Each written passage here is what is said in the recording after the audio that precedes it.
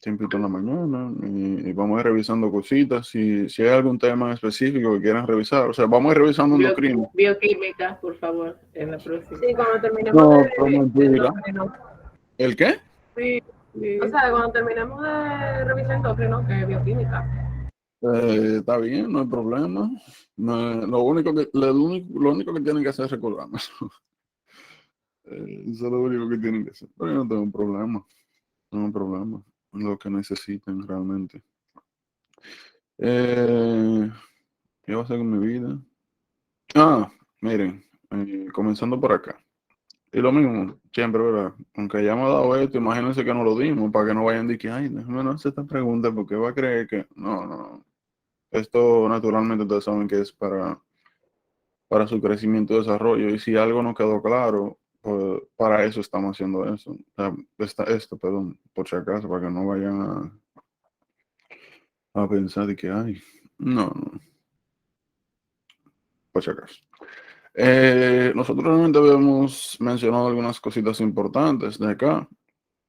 Les había mencionado que, miren, cuando se trata de todo, pero aquí en endocrino es bien importante saber el origen de cada glándula. Cuando me refiero al origen de cada glándula es a si hay alguna capa específica embrionaria, si hay alguna estructura embrionaria y si es un proceso que está relacionado, si es un proceso temporal. Con temporal me refiero a si tiene una línea de tiempo, como estábamos viendo en gastro, de 6, 8 semanas, 10 más rotation, etcétera, etcétera, etcétera. Eso es bien importante, porque le pueden hacer preguntas orientadas al órgano o ponerle una patología, por ejemplo, Hashimoto tiroiditis, Graves tiroiditis, y preguntarle, por ejemplo, cuál sería la patología o cuáles serían las manifestaciones de la patología que se desarrollaría por un fallo en la migración del órgano afectado. Entonces tú tienes que agarrar el Hashimoto, cualquier tiroiditis, ¿verdad? Diagnosticarla y responder, como mencioné, cuál sería una complicación del non-well development. O en este caso de migración, de la migración tiroidea. Como habíamos hablado en ese entonces, en la base de la lengua nosotros tenemos el remanente del primordio tiroideo, que es el foramen secum. Habíamos mencionado que de la base de la lengua,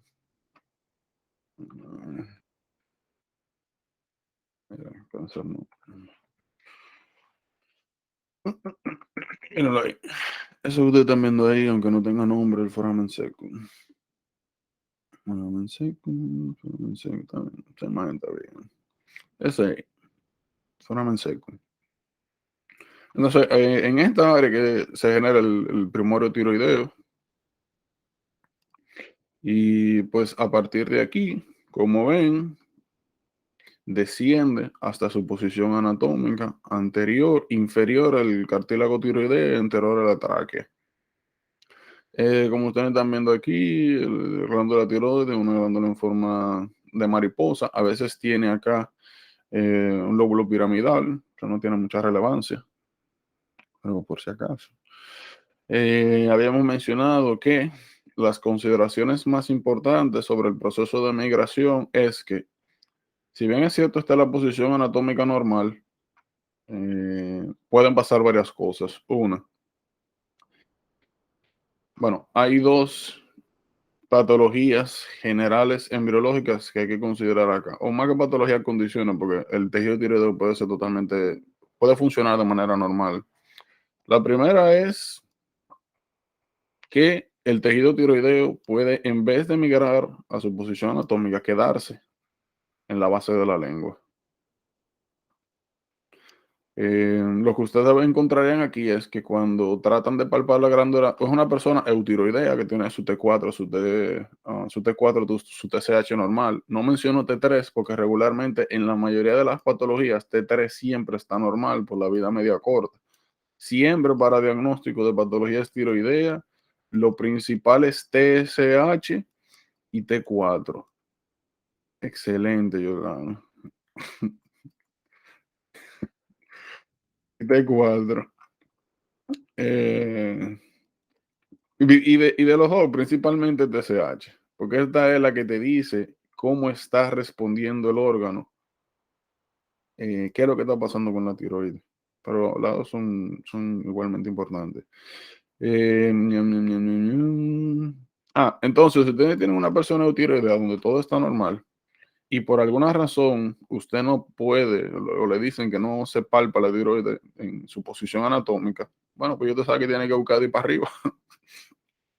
Busque de ahí para arriba.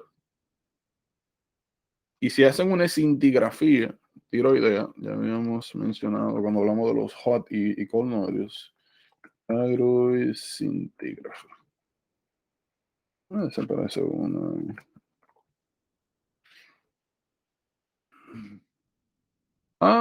Mira, si hacen esto mismo es lo que le iba a enseñar. Si hacen una escintigrafía, miren acá, colección de tejido tiroideo debajo de la lengua. Bueno, en la base de la lengua e inferior. No se encuentra acá como es normal. Miren, eso no. Bueno, digo si eso es normal, pero no. El tiroides debería estar aquí. Y miren aquí tejido tiroideo base de la lengua. ¿Eso es un problema? No. Mientras la glándula esté funcionando de manera adecuada, eso no es un problema. Es sencillamente una posición anómala que hay que considerar nuevamente, porque usted puede sentir una masa aquí en la base de la lengua, cuello lateral, no tener tiroides acá, pero es ser eutiroide. Eso puede pasar. Lo segundo que hay que considerar acá, eso es lo primero, ¿verdad? Lo segundo que hay que considerar acá es que el tiroglosa, el conducto tirogloso, que es por donde desciende la glándula, secundariamente puede desarrollar algunas anomalías. La principal y más importante es, puede enquistarse, formando el llamado quiste del conducto tirogloso.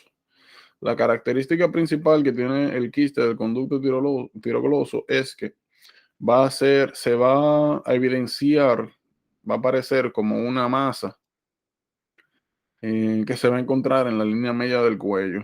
Esta masa va a tener la característica clínica de que, como está fija en la base de la lengua, si uno le dice al paciente, ahí saca la lengua, la base de la lengua se va a mover hacia adelante, va a alar el conducto tirogloso hacia arriba y la masa, pues, hará lo mismo as well, se va a mover hacia arriba. Hay otra, esa es una prueba, la otra es agarrar la masa con los dedos, con las yemas de los dedos y decirle al tigre que traga. Si cuando traga, así mismo como se genera el motion del gag de tragar, gague de las arcadas de vómito, el swallow, cuando está tragando, si la masa se mueve hacia arriba y hacia abajo, accordingly, con movimiento de faringe, pues es bien sugestivo de quiste de conducto tirogloso. Lo que habíamos mencionado en aquel entonces es que hay varias masas que se pueden encontrar en el cuello. Por lo general, cada vez que vean masas anteriores, tienen que descartar quiste de conducto tirogloso. Como aquí nosotros tenemos varias cadenas ganglionares, si, por ejemplo, aparece alguna masa, no necesariamente midline, pero no quiero decir lateral, será como anterolateral, y no tiene estas características de que se mueve cuando se saca la lengua o cuando se traga. Pueden vencer linfoma, sobre todo si tienen B-symptoms o los síntomas estos constitucionales, febrícula, pérdida de peso, si el nódulo que se palpa es se agranda a través del tiempo, no duele perfectamente, por si acaso, pueden presentar eso. Lo otro que habíamos mencionado es que el cuello se divide en triángulos. Nosotros por conveniencia lo vamos a dividir en zonas. Zona anterior. Así no. Una zona anterior. Y una lateral anterior. Y una lateral posterior. Habíamos dicho que se van a encontrar con varias patologías que pueden resemble como tumoraciones, como literalmente pelotitas. Dijimos que si se encuentra midline conducto tirogloso, que si se encuentra, esto que puse acá entre comillas, el esternocleidomastoide. Si la masa se encuentra no midline, sino lateral y posterior al esternocleidomastoide, tenemos que pensar en higroma quístico, cystic higroma, que está vinculado a Turner syndrome. Los higromas que enseñan regularmente en las fotos son cosas... Regularmente son vainas exageradas, pero puede perfectamente ser una masita, una bolita. O sea, no tiene que ser esa. Puede crecer así, porque el higroma quístico es una aberración de vaso linfático. Mira, exacto. Pero puede aparecer como un bultico, como una pelotica. Sobre todo si es niño, no necesariamente tiene que ser cáncer. Era lo otro que le iba a mencionar. Entonces, si es por delante del esternocleidomastoide, podemos encontrar el llamado cleft cyst.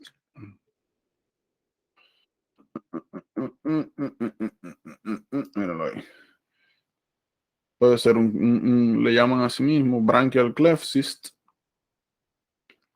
Fíjense, midline tiroglossal duct cyst. Branchial cleft cyst lateral y anterior al esternocleidomastoide. Lateral ya tirando a posterior y asimismo detrás del esternocleidomastoide y higroma quístico. Esto no tiene ningún vínculo especial. Obviamente puede pasar. Lo otro que le iba a mencionar ahorita es esto. Cada vez que ustedes tengan tejidos que estén conformados por diferentes grupos de células, eso es importante. Bien importante. Lo vamos a ver en pituitaria donde más marcado, pero por si acaso. No sé. ¿Tienen alguna pregunta o duda por acá? Aquí realmente hay otras consideraciones importantes. Vamos a ver. Thyroid, meridian nerve.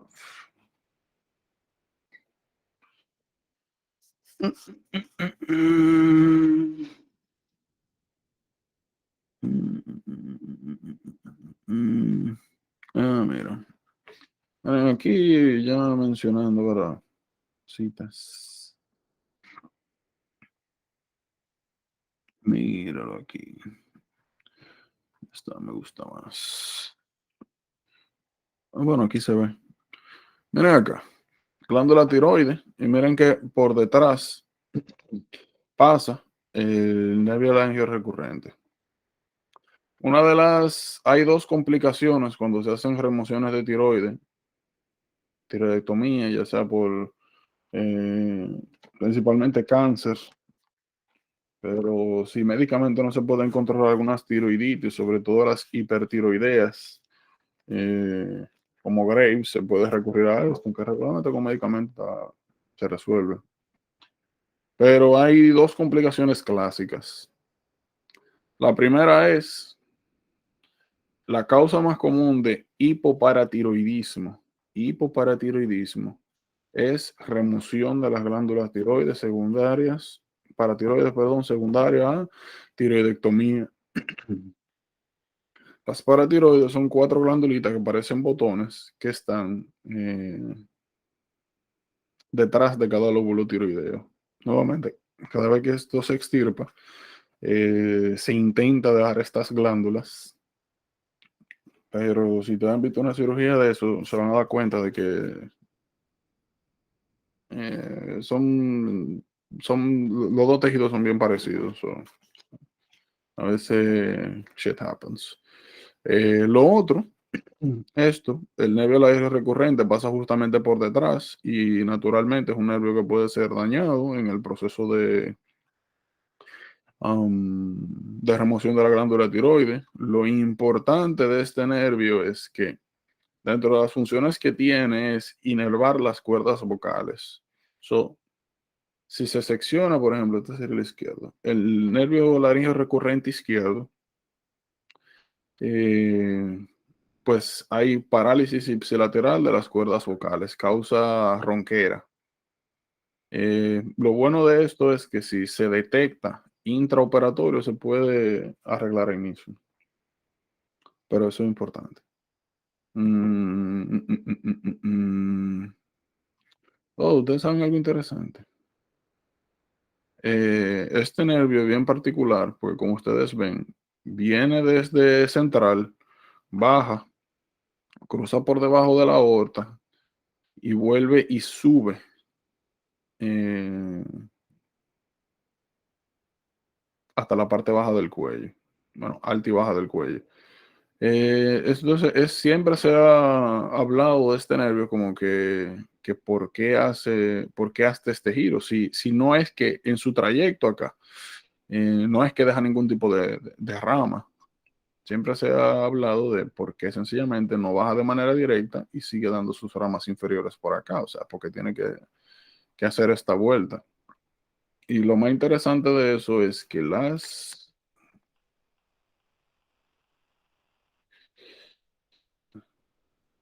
todos los animales tienen esto. Y la jirafa no está exento. O sea, la jirafa tiene como 2,5 metros de nervio, bien pendejo, que baja, pasa por debajo del arco de la aorta y vuelve y sube para acá arriba. O sea, tiene ahí como 4 metros de nervio. Es interesante. Interesante. Tanto metros de nervio que se puede ahorrar así, si fuese directo, pero es interesante. Otra cosa, ustedes saben que las jirafas tienen la misma cantidad de vértebras que nosotros, solamente son más grandes. Pero nada más en el cuello la tienen, ¿El qué? esas vértebras. Sí, la vértebra cervical, igual que nosotros. No tiene, o sea, el punto es que no tienen, aunque tienen el cuello más largo, no tienen más vértebras cervicales que nosotros, que es algo que quizá uno esperaría. De que, mira, ese tiene como 30 vértebras cervicales, porque mira ese cuellote, ¿no? Sencillamente las vértebras son más grandes. Son interesantes.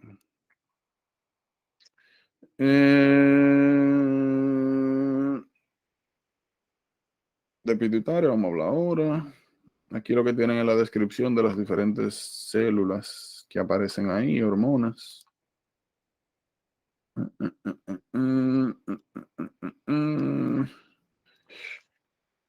Miren, esto ya habíamos hablado anteriormente. La glándula, ajá. Antes de tu pasar para comentar una pregunta que me salió que me pareció interesante, era que a un paciente se le hacía una cirugía de tiroides y, y se le afectaba los esos nervios. Y, pero no te decía de que, ay, mira, le lesionamos el nervio tal, sino que te daba la sintomatología. Y lo que te preguntaba entonces era el origen embrionario. O sea, me pareció interesante porque a medida de, si tú no leías la pregunta al final, a medida que tú ibas leyendo la pregunta, todo iba cambiando. O sea, tú tenías que pensar en muchas cosas al mismo tiempo.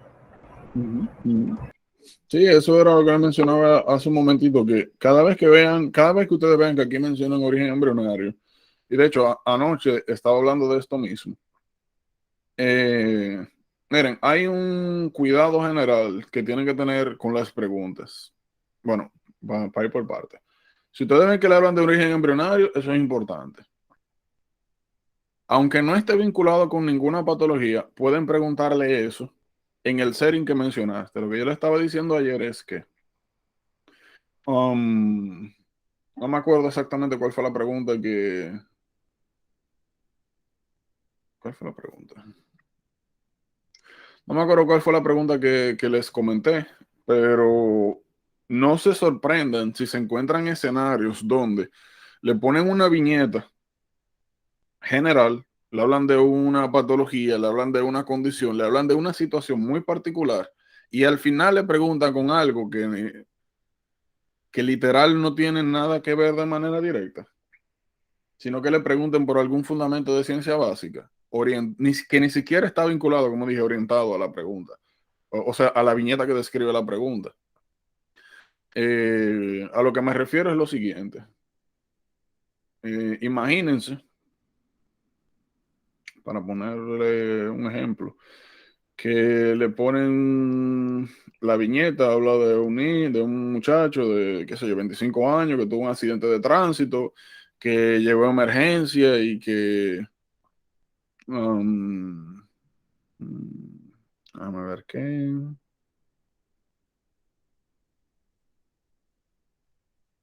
Ah, sí, excelente, ya yo sé. Que llegó a emergencia, que perdió sangre, que politraumatizado, dos huesos rotos, qué sé yo. Y que fue estabilizado, que le pusieron sus transfusiones y que todo bien. Al segundo día, desarrolla distensión abdominal, dolor abdominal y anorexia.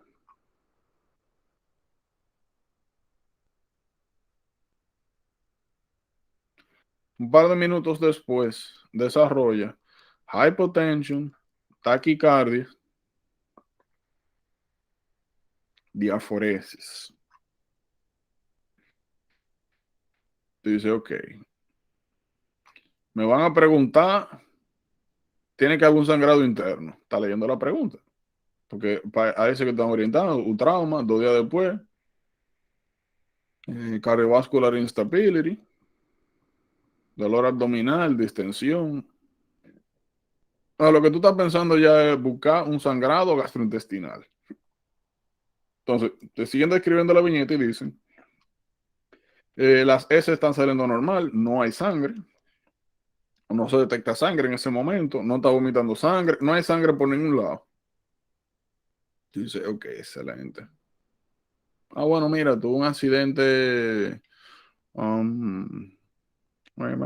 un accidente de tránsito, podría ser un sangrado retoperitoneal.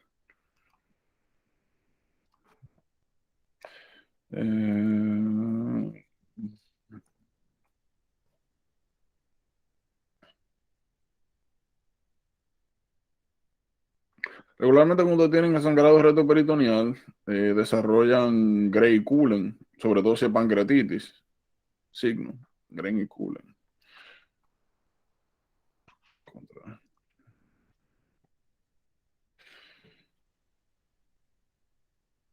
Aquí, sobre todo si es pancreatitis. Pero si es solamente sangrado retoperitoneal, te esperaría encontrar por lo menos signo de Gray. No tiene nada de eso. Y le hablan de que hacen estudios, que no ven sangre en retoperitoneal. Tú dices, ok. Entonces, o sea, te descartan las posibilidades, lo que normalmente tú considerarías. Pues esto es una viñeta de una patología que de hecho no está en el libro, que es hematoma duodenal, secundario a trauma abdominal. Ahora, al final no te preguntan por el diagnóstico. Duodenal hematoma. Era aquí. Duodenal hematoma. Al final lo que te preguntan es, ¿de cuáles de los siguientes derivativos provienen biológicamente el segmento afectado? Y te ponen foregut, midgut, hindgut. ¿Tú qué diablo? O sea, tú tienes que saber cuál es el diagnóstico, tienes que saber cuál segmento gastrointestinal es que está afectado. Y terceramente, recordarte desde dónde a dónde van foregut, midgut, hindgut. Y poder identificar la ubicación anatómica y correlacionarlo con virología. Entonces, este tipo de escenarios no tienen que sorprenderse con ellos. De que le hablen de una cosa súper extensa que al final lo único que te sirve a la viñeta es saber dónde está el sitio anatómico, pero la pregunta esté orientada en embriología. Eso pasa. Y normalmente son cosas que tienen que esperar. Y sí, eso pasa. Esas preguntas no necesariamente, como siempre, no tienen que ser difíciles. Lo que sí tienen que tener el cuidado es de, como yo siempre le digo, lean primero bien la pregunta para que usted sepa qué es lo que va a responder. aquí, por ejemplo, en esto que yo le describí, usted se hubiese ahorrado mucho si usted primero lee la pregunta en vez de leer la viñeta. Dice, ¿cuál es el derivado embriológico de la estructura fetal? Entonces ya usted sabe que cuando usted lee acá, su enfoque no es necesariamente diagnóstico en torno a buscar tratamiento, sino a detectar dónde pudo haber sido el daño. ¿Dónde pudo haber sido el daño? Y ya con eso, correlacionarlo con los orígenes embriológicos de los diferentes segmentos gastrointestinales y ya. Usted no necesita más nada. Y de este tipo de abordaje es que a mí, no sé de dónde viene esto, pero me parece que hay muchas personas que dicen como que, o sea, coloquialmente, o ¿cómo se dice esto? O culturalmente se dice mucho de que, no, hombre, la pregunta del step 1, muchas veces tú ni tienes que leerla. O lee la pregunta y trata de responder. Y no es así, de hecho es un error garrafal. Solo digo, recientemente me llegó una muchacha con eso, de que le decían que ella trata de leer la pregunta y responder. Y yo pregunté el diablo. No, porque a veces yo puedo, mira, aunque tú puedas, literal, y ustedes se van a encontrar con preguntas así, literalmente, que son tan directas que usted va a decir esto es mentira. Uno como está sospechoso, esto, demasiado fácil. Y nunca cometan ese error. Léansela. Si ustedes están viendo que una pregunta kilométrica, o sea, una viñeta kilométrica, una pregunta pequeña, es una vaina estúpida, ahí es que usted tiene que tener más cuidado. Porque ahí es donde usted puede, nada más por descuido, cometer errores. Lea esa como que es la pregunta más difícil que usted le va a salir en el examen entero. Espérate, Y naturalmente.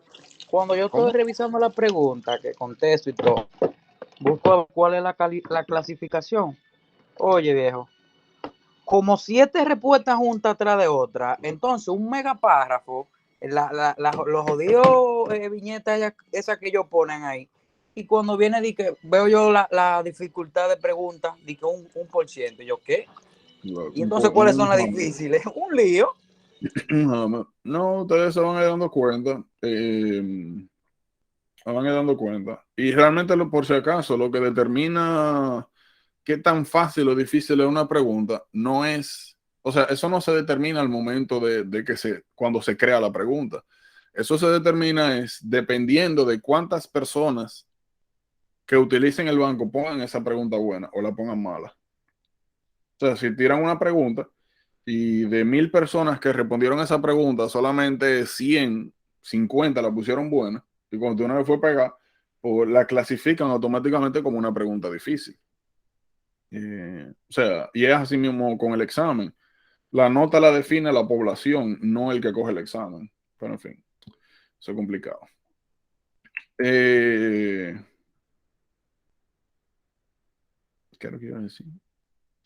Nada, eso que son escenarios, son circunstancias en las que deben estar preparados, son cosas que van a encontrar. Y que no pueden nuevamente sorprenderse con ninguna de estas cosas. Lean siempre las preguntas completas, léala detenidamente, descarte. Me parece que les compartí la historia, bueno, la historia no, el evento de esta muchacha, de Bobe, que cogió el examen ya ahora el 11. Y por eso le mandé la nota de ella misma, que lo mismo, se preparó, ¿verdad? Le dio para allá y salió de esto. Y al final se dio cuenta de lo mismo, que eventualmente ustedes se van a dar cuenta. Son preguntas, son respuestas, tú te preparas, le vas para allá y ya. No es más complicado que eso. Lo más difícil del examen es sentarse a coger el examen. Suena como, ay, sí, estúpido. Como, ay. Pero realmente es así. Va que uno lo pone, uno y la cultura detrás de esto y todo lo que se dice, ponen la cosa más grande de lo que es. Y si usted se prepara de manera adecuada y respeta el proceso, no debería haber ningún problema. La verdad que no. Y les puedo decir, porque la conozco, o sea, fuimos coworkers, llegamos a trabajar juntos. O sea, es una persona que conozco y que no es de que le di clase. No. O sea, estamos hablando de alguien que conocí, alguien con quien trabajé, de alguien que estuve al lado. Trabajamos varios meses juntos y es buena, pero no creo que sea mejor que ninguno de ustedes. O sea, literal. O tan iguales. Espérate que esto está grabando. O tan iguales o no se llevan mucho. Pero, o sea, definitivamente. ¿Qué iba a hablar aquí? Ah, sí. Adrenal medula, lo mismo de siempre. Cada vez que ustedes tengan órganos con orígenes duales, origen embriológico duales, eso es importantísimo, por lo mismo que acabamos de hablar. Le van a hacer preguntas, le van a poner casos, le van a poner circunstancias, van a envolver, van a dar vueltas, y al final le salen con que usted no tiene ni siquiera que saber el diagnóstico, sino de dónde eso viene. Así de simple. Habíamos hablado anteriormente del GFR, que para mí es la manera más fácil de aprenderse esto. GFR porque es un concepto que hay que aprenderse más adelante, que es el de Glomerular Filtration Rate, y bueno, teniendo en cuenta de la que riñón está aquí abajo. Es bien fácil. Glomerulosos, fasciculatas, reticulares, aldosterona, cortisol, hormonas sexuales. Recuerden que le había dicho que dehidroepiandrostenediona sulfato, el único origen de la porción sulfatada es adrenal, por si acaso.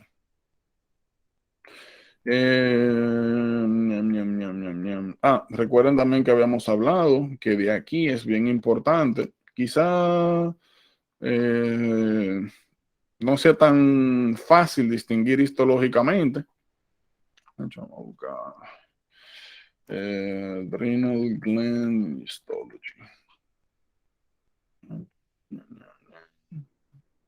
Miren, eso le iba a decir.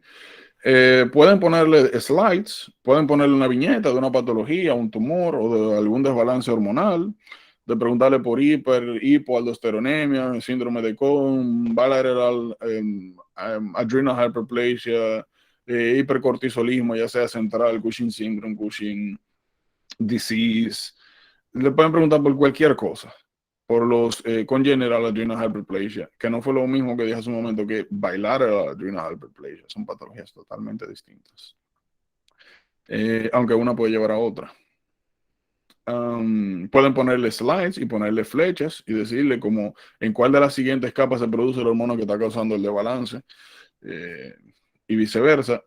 Aquí es sencillo. Fasciculata siempre es la más gruesa y la más central. De ahí para allá, el punto que le pongan debajo de esa, yéndose a la parte central, es reticular, y la parte que se encuentra superficial y parece como compacta, glomerulosa. No debería ser un problema más grande. Que hay. Cada uno tiene diferentes regulaciones y esto es bien importante. No sé si recuerdan que cuando estábamos hablando de sobre todo disfunción central, por ejemplo, panhipopituitarismo, habíamos dicho que secundariamente si disminuyen las concentraciones de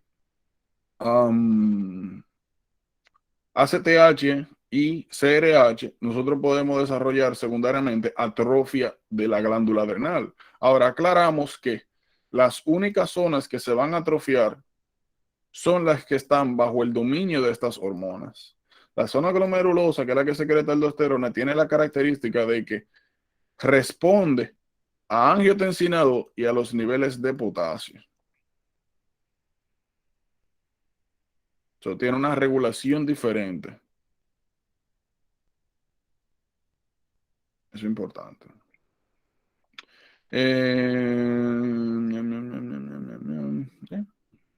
Importante ahí. De aquí, lo único que me interesa recalcar es la distribución. La distribución.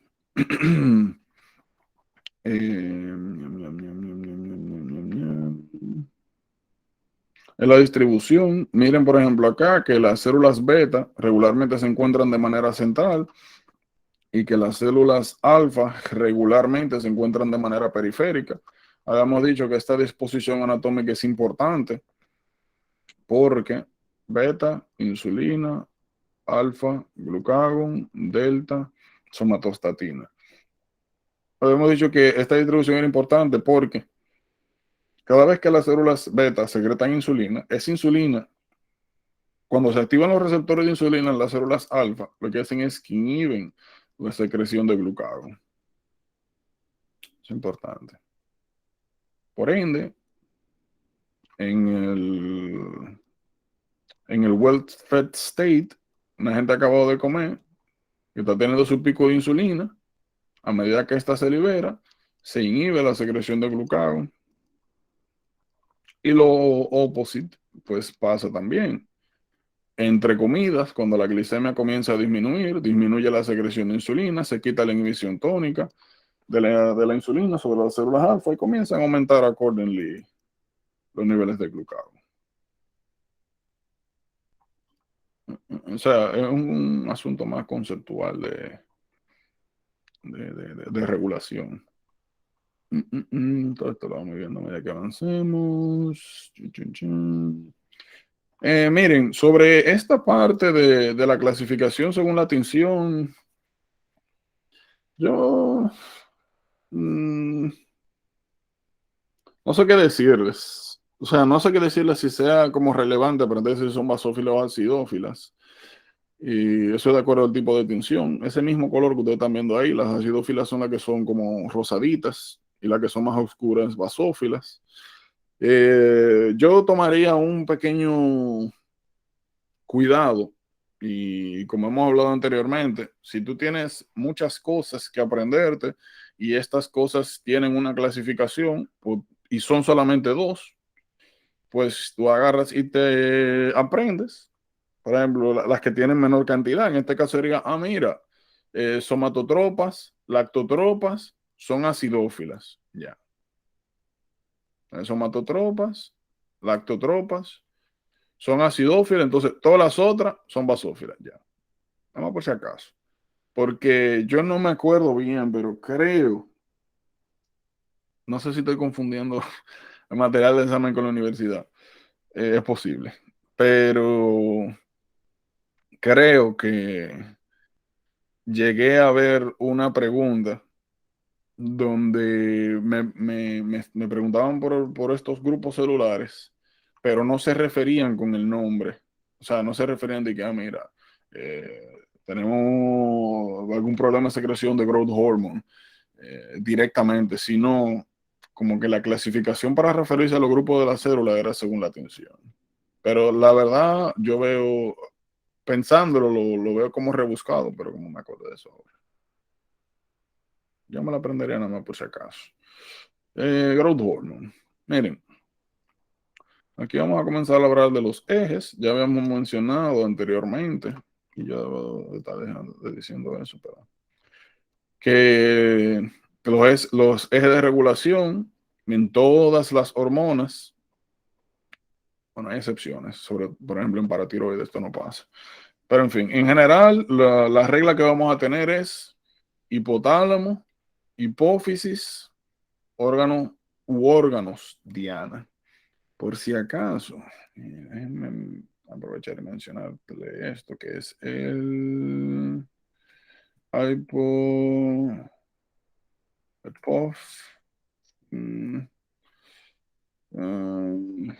vamos a ver, hipófisis portal system. Miren esto. ¡La! No puede ser. No puede ser. Nali honrándonos con su presencia un sábado en la mañana. No, pues no puede ser. Me confundí, yo pensaba que era las 9 de aquí. Yo estaba diciendo algo así, pero al revés ahorita. Que yo dije, ven acá, pero... Ven acá. ¿Qué Olvidé. es lo que yo iba a hacer? Sí, porque repetiendo 3 veces ya no me da la vida. 3 veces no. No, mentira, yo no tengo problema. Dale, pero tú como que te acabas de levantar. Literal. Sí, eso está bien. Eso está bien. ¿Qué es lo que iba a hablar? Ah, esto. Miren, esto no sé si decir que sea necesariamente importante per se, pero ya que verdad. Miren, este es el sistema portal que conecta hipotálamo hipófisis. Sistema porta. Bueno, los sistemas portas en general tienen la siguiente característica. Lo que nosotros estamos acostumbrados y lo normal, lo más común es que tú tengas capilar y luego vénula. Y, y vénula eventualmente termina nuevamente en capilar y así. Los sistemas portas es cuando tú tienes un lecho venoso que se conecta con otro lecho venoso. Entonces nosotros lo que tenemos acá es, en pocas palabras, que oigan bien, la irrigación de la pituitaria anterior es principalmente venosa. ¿Qué es lo que pasa con el hígado también? Ahora, esto también nos ayuda a nosotros a entender el vínculo que hay entre las hormonas hipotalámicas y las hipofisiarias. Cada vez que el hipotálamo, que las células hipotalámicas secretan al lecho vascular sus factores liberadores, entran al sistema de drenaje venoso hipotalámico. Ese sistema de drenaje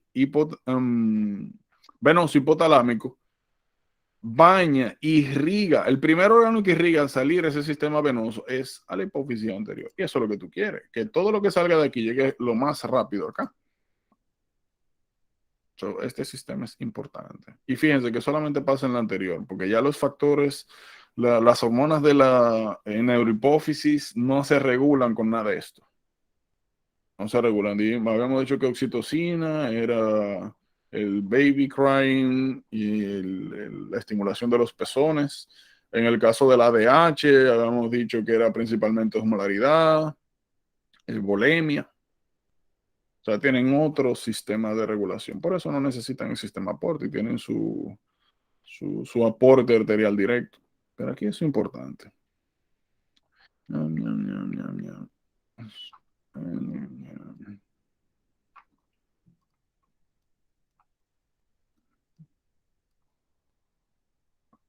Pues sí. En fin, entonces lo que mencionaba era que aquí siempre ustedes van a agarrar hipotálamo, hipófisis, órgano diana, en este caso, varios órganos. Lo que nos interesa de acá, de todos los ejes, es saber naturalmente qué se produce aquí, qué se produce aquí y qué se produce acá. En el caso de growth hormone, habíamos mencionado que había algo especial, que era un intermediario, o mejor dicho, que el growth hormone en la mayoría de los tejidos ejerce su efecto hormonal de manera indirecta a través de un intermediario. Eso sería más adecuado. Cada vez que verifiquen, cada vez que chequen un eje, es importante que sepan um, cuáles son los estimuladores de liberación y los inhibidores. Porque hay cosas que van a tener. Oh, me acabo de acordar de algo. Prolactina. Déjame eso ahí. No se me olvide. Muy importante esto. Para que no se me olvide.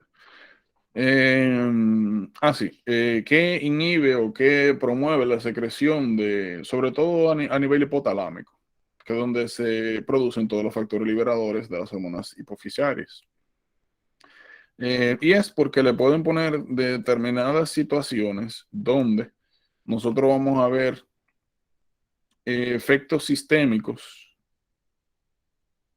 que podrían orientarnos a algunas patologías, pero que realmente lo que conforman es una respuesta fisiológica normal. Por ejemplo, estrés.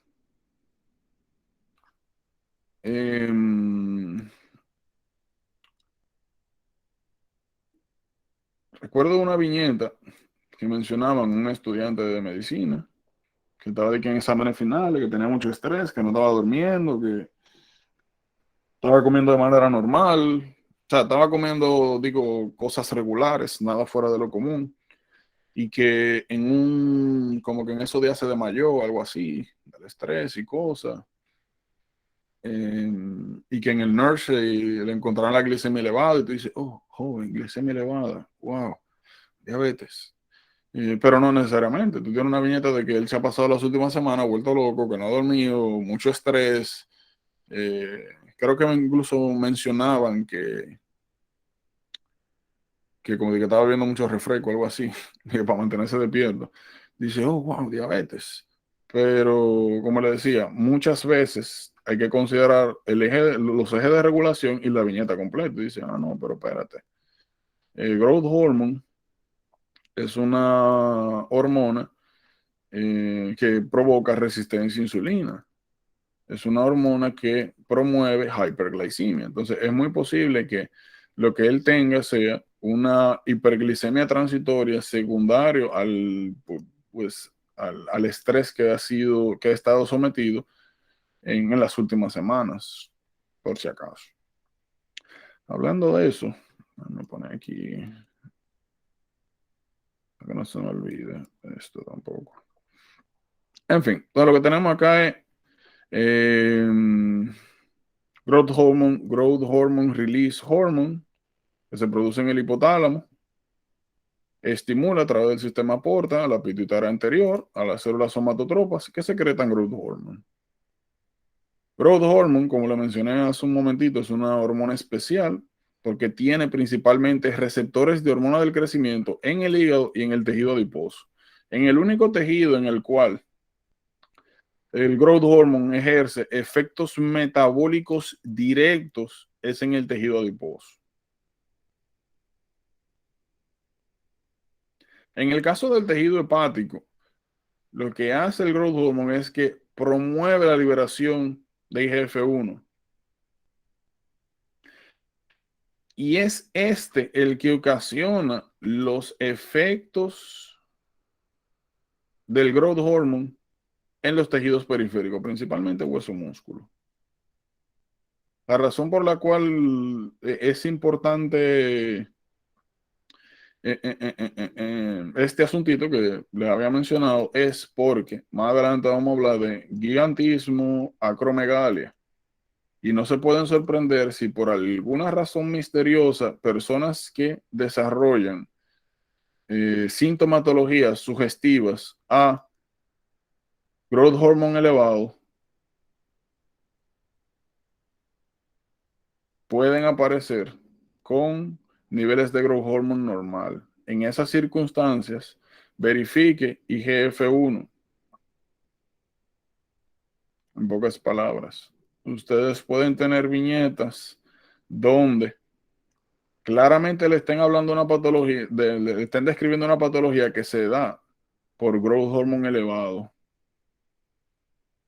No se pueden sorprender si encuentran growth hormone normal. Verifique el que ejerce el efecto de esta de manera indirecta. Es importante. Los efectos son bien explanatorios.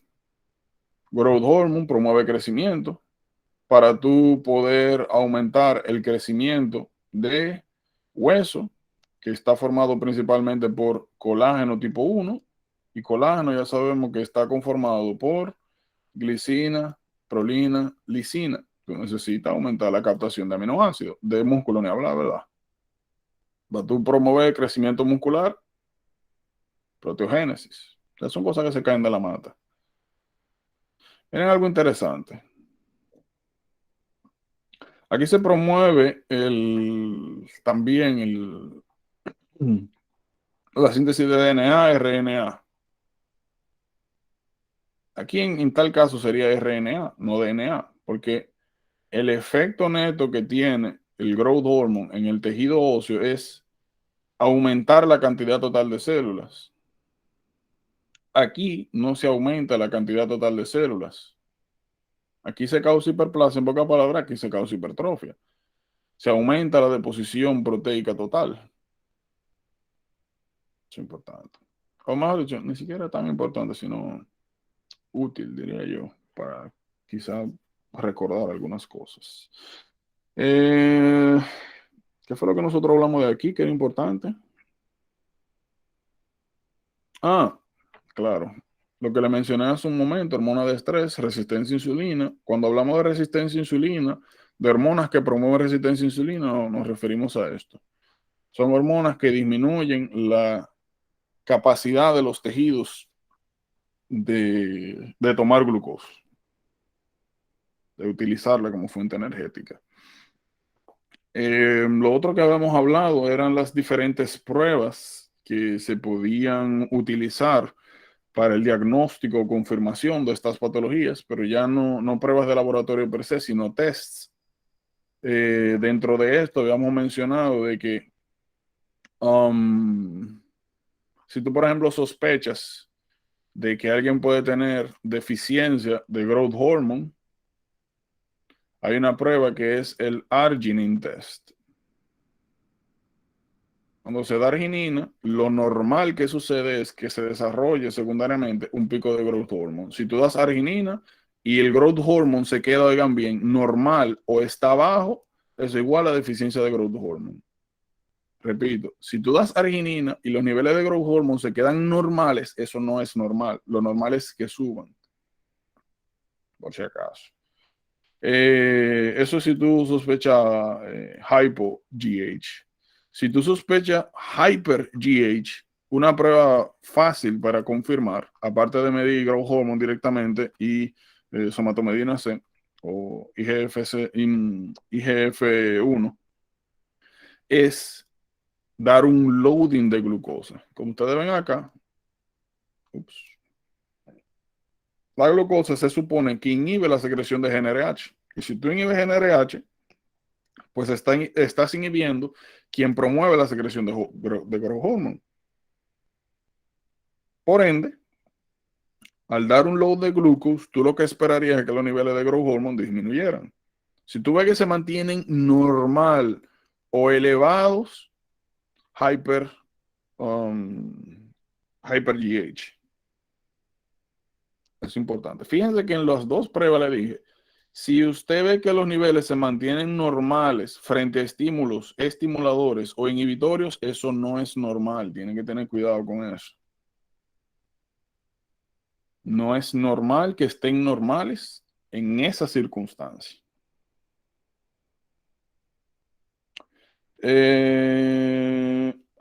Lo que le iba a decir a la prolactina.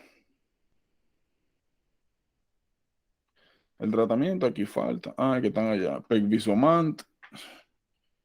Se utiliza también. Bromocriptina. Pero eso estamos para adelante.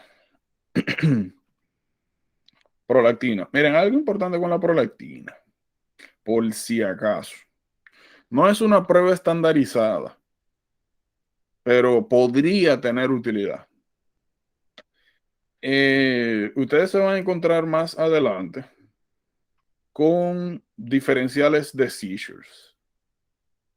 Seizures, ustedes van a ver que hay muchos. Están lo petit mal, gran mal, lo mioclónica, la clásica tónico-clónica.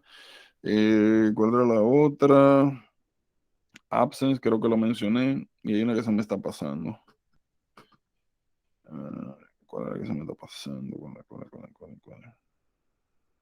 No, esas son. Dependiendo del tipo de seizure, es el tipo de sintomatología. Ustedes se van a encontrar con las parciales simples, parciales complejas, con las generalizadas. Son varios tipos. ¿Qué pasa? Siempre que una persona debute con seizures, atrás de eso va a estar cardio por síncope.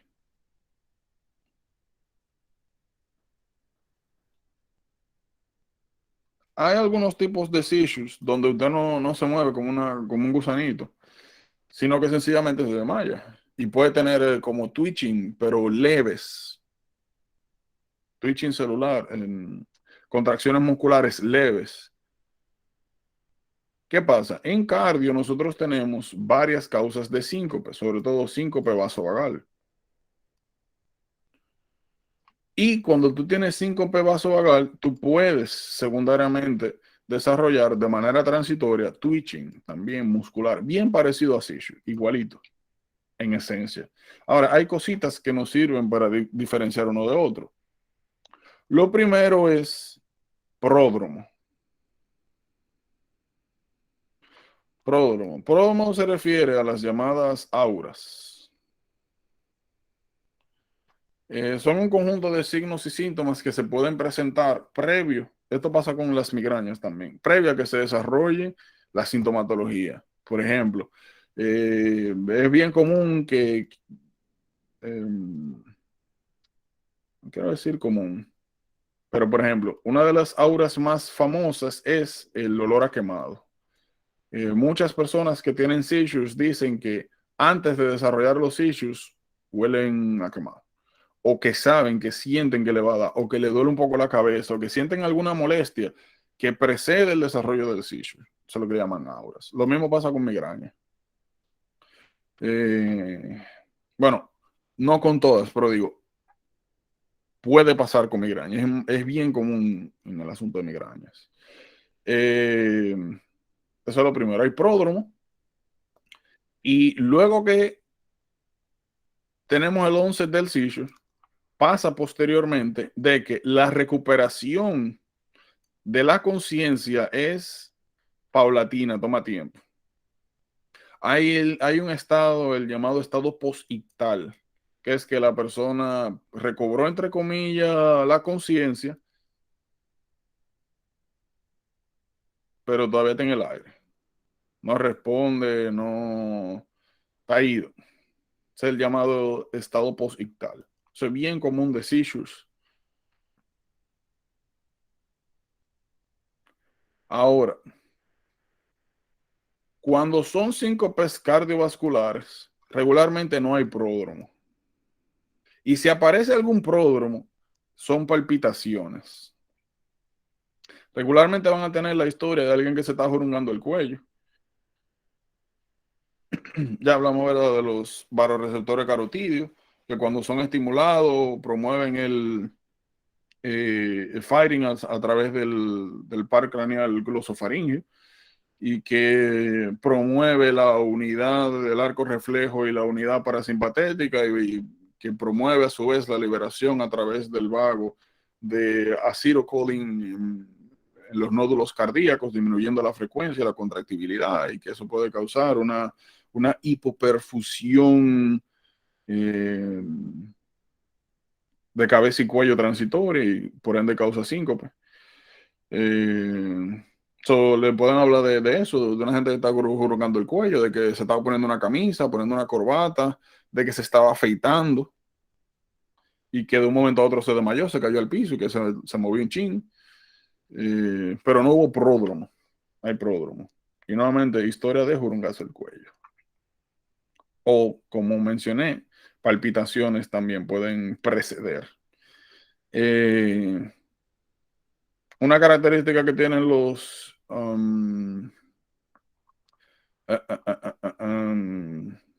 síncopes cardiogénicos es que, así mismo como se desarrolló el evento, estaba bien y se cayó, se desmayó, así mismo se recuperan, se paran y ya, como que no pasó. No tienen periodo posictal. Recuperaciones rápidas se asocian a problemas cardiovasculares, no neurológicos. Lo otro es los signos y síntomas asociados. Regularmente alguien que le da seizures puede orinarse, defecarse. Si esto no pasa, piensa en cardiovascular. Lo otro que puede pasar es el tongue biting, que se muerde en la lengua. Si se muerde en la lengua, piensen en seizures, No es que no se pueden morder la lengua acá, pero no es tan frecuente. De hecho, incluso la distribución de dónde es la mordida, es importante. Regularmente los que tienen síncope cardiogénico se muerden en la parte anterior y en las partes laterales los que tienen seizures. Eso es importante también. O sea, la ubicación del tongue biting es importante. ¿Por qué está hablando de esto? Por prolactina. Regularmente, secundario a los seizures, se generan picos de prolactina. Nuevamente, no es una prueba para diagnóstico de seizures, pero si hay alguna, si hay mucho solapamiento entre los dos, tú puedes tomar una muestra de sangre peri-seizures y se encuentran niveles de prolactina altos. Eso habla de que la causa podría ser seizures, porque no hay picos de prolactina asociados a síncope cardiogénicos.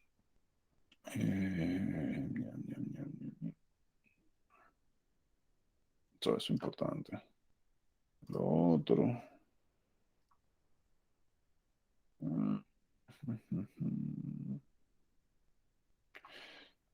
Chequear algo aquí. Aquí va a ser con esto.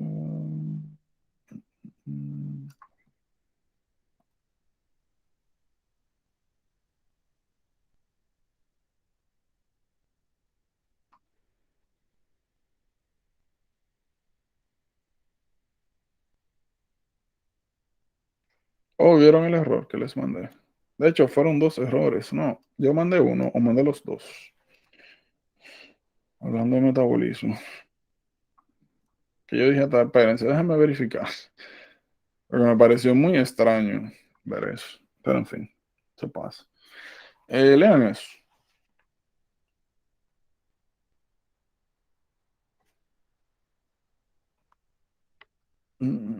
Perdón.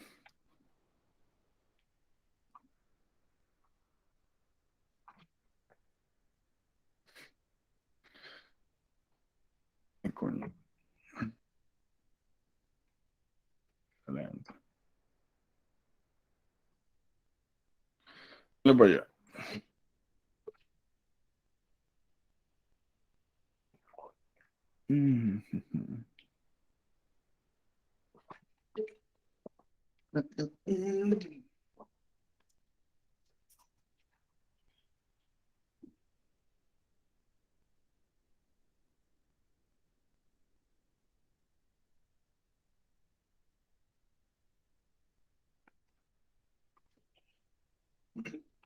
¿Qué es lo que tú dices? Chulo, ¿tú eres que sabes? Yo te dije, tú que le llamamos Niagara Falls. Yo no tengo, yo no tengo problema, tú eres que sabes.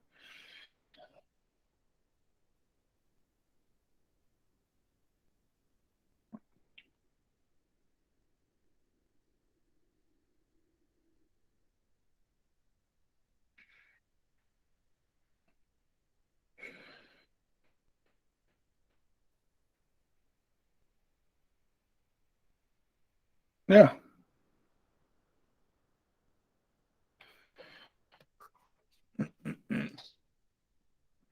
Que porque yo no me tengo 2 votos aquí.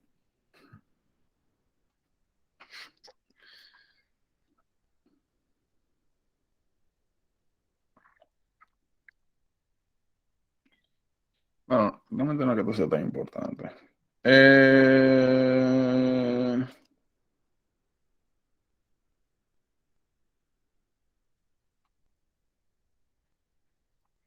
¿Qué iba a hacer conmigo? Bisaña, háblame de esto.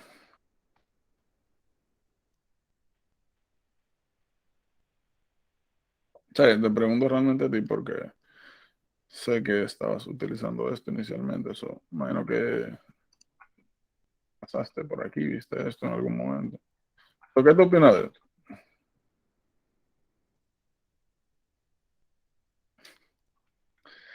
Tararán. Tararán. O sea,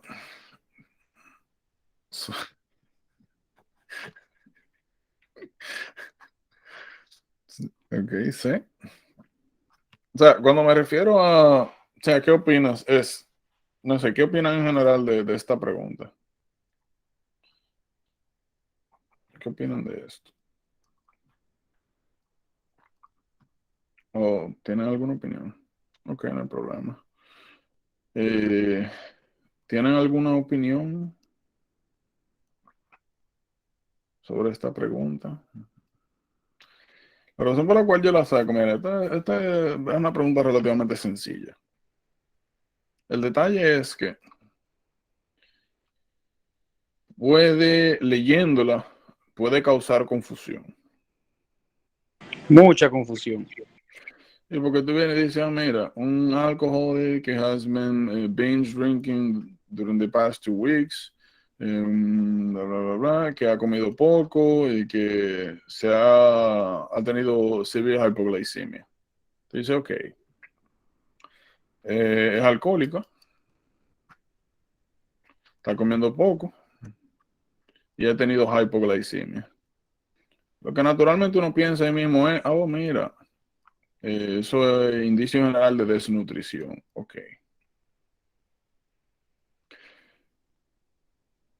Tú revisas las preguntas y según las cosas que hemos hablado, una de las consideraciones generales es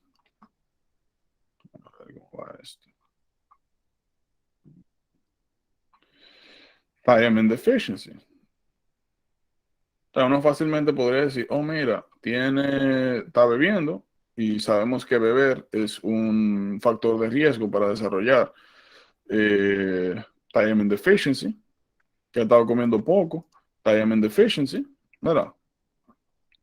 Que ha dado hypoglycemic, y ya sabemos que para la correcta utilización de glucosa, piruvato de deshidrogenasa, el ciclo de Krebs, alfa-cetoglutarato de deshidrogenasa, es importante tener B1. So, cuando tú la ves así, de manera general, hay varias cosas que te podrían orientar hacia acá. O uno esperaría, ¿verdad? Esto. Ahora, lo que preguntan es, which additional condition might develop in response to chronic severe hypoglycemia? En la gran mayoría de los casos donde se encuentren alcohólicos crónicos, la mayoría de las preguntas van a estar dirigidas a B1. Porque B1 es donde nosotros encontramos pues el espectro mayor de patología vinculado a esto. Wernicke-Korsakoff, beriberi, wet beriberi, dry beriberi. O sea, ustedes entienden. Pero aquí lo que están preguntando es, which additional condition might develop in response to chronic severe hypoglycemia? Entonces, aquí lo que estamos viendo, una serie de condiciones y serie de adaptaciones metabólicas.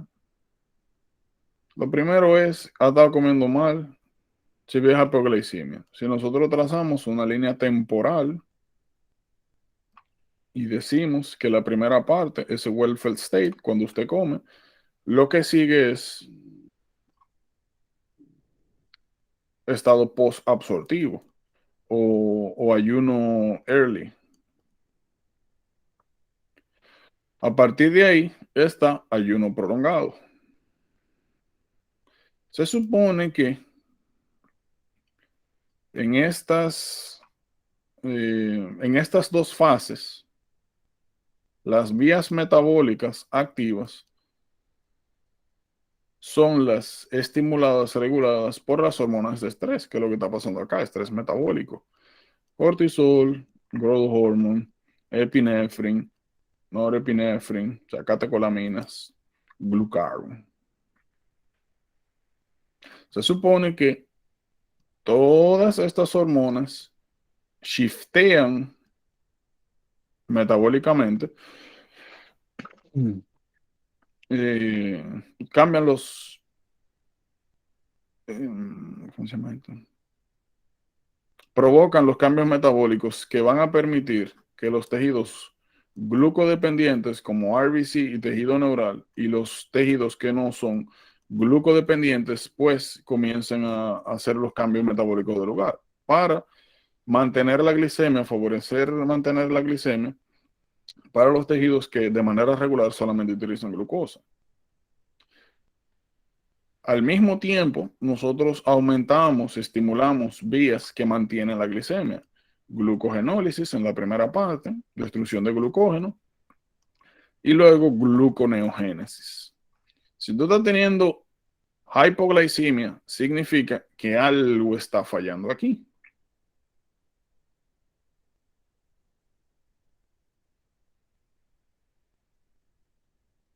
O sea, algo está fallando con estas vías. Muy probablemente sea secundario a thiamine deficiency. Problemas con la utilización de glucosa. Ahora, lo que me están preguntando es, ¿qué condición adicional se puede desarrollar secundario al chronic severe hypoglycemia? De lo que nos habla esta hipoglicemia crónica es que, como mencioné, tenemos problemas con la generación de glucosa endógena, pero también significa que la persona no está comiendo, no está desarrollando picos por ingesta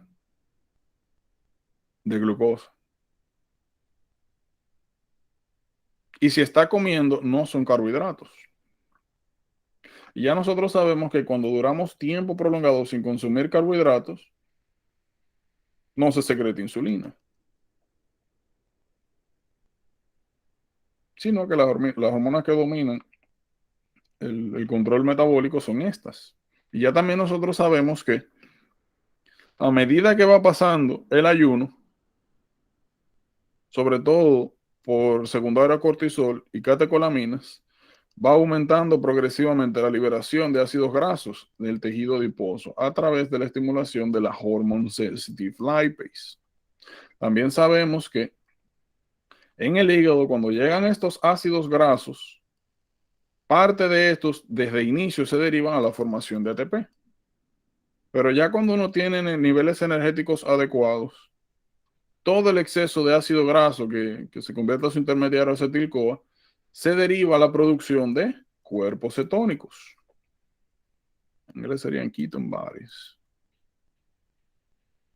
Y precisamente antes de ayer les mencioné, cada vez que una persona aparece con cuerpos cetónicos en blood o en urine, eso es igual a un periodo largo de ayuno.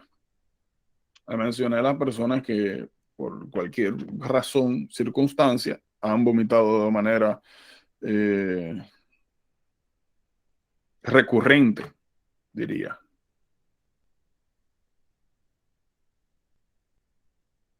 Mencionamos el hyperemesis gravis. Le dije, una mujer embarazada que está vomitando tanto, que ha comido, pero que ha vomitado múltiples ocasiones, o cada vez que come algo lo vomita y desarrolla, no estoy diciendo cetoacidosis, es otra cosa. Desarrolla, aparece en ketone bodies. Dije, eso es un criterio de internamiento para hidratación y control de los vómitos y asegurar ingesta. Es normal que en ayuno prolongado se produzcan cuerpos cetónicos. Y lo que aquí precisamente nos están preguntando, ¿qué condición adicional se puede desarrollar por el chronic severe hypoglycemia? Ketoacidosis. Folate deficiency no tiene absolutamente nada que ver con esto. O sea, tiene que ver nuevamente con la desnutrición secundaria al alcoholismo, pero lo que me están preguntando es por algo bien específico. Hiperuricemia puede desarrollarse secundaria a la ingesta de alcohol crónica, pero a mí no me están preguntando por la ingesta de alcohol crónica. Me están preguntando por algo secundario a lo que está detrás del comportamiento de tomar alcohol de manera recurrente.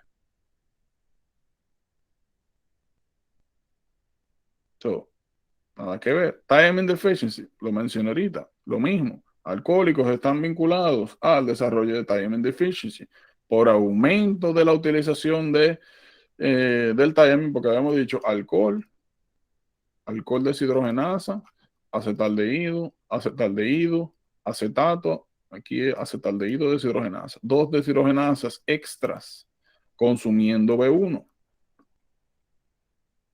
más teniendo en cuenta nuevamente los hábitos alimenticios, como hemos mencionado, alrededor del alcoholismo.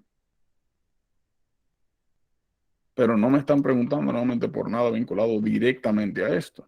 Esto de aquí mucho menos, eso es glucogenosis.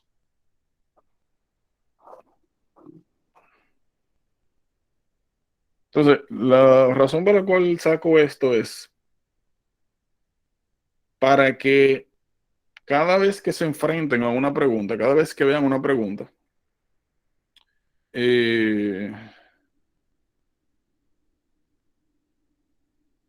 o sea, una viñeta completa, analicen bien, se aseguren de saber qué es lo que le están preguntando antes de proceder a hacer cualquier proceso de resolución de la pregunta. Asegúrese bien de entender qué le preguntan, para que no estén poniendo cosas malas porque se confundieron, porque no entendieron qué era lo que le estaban preguntando. Esto de acá, glucogenosis. Si fuera una glucogenosis, no fuese no nos están diciendo la edad, pero si es alcohólico, tú asumes que por lo menos es adolescente. Y las glucogenosis son problemas de trastorno. O sea, son trastornos metabólicos. Tú naces con esos problemas. Tú desarrollas sintomatología desde el principio. Tú no tienes que comenzar a beber alcohol para eso.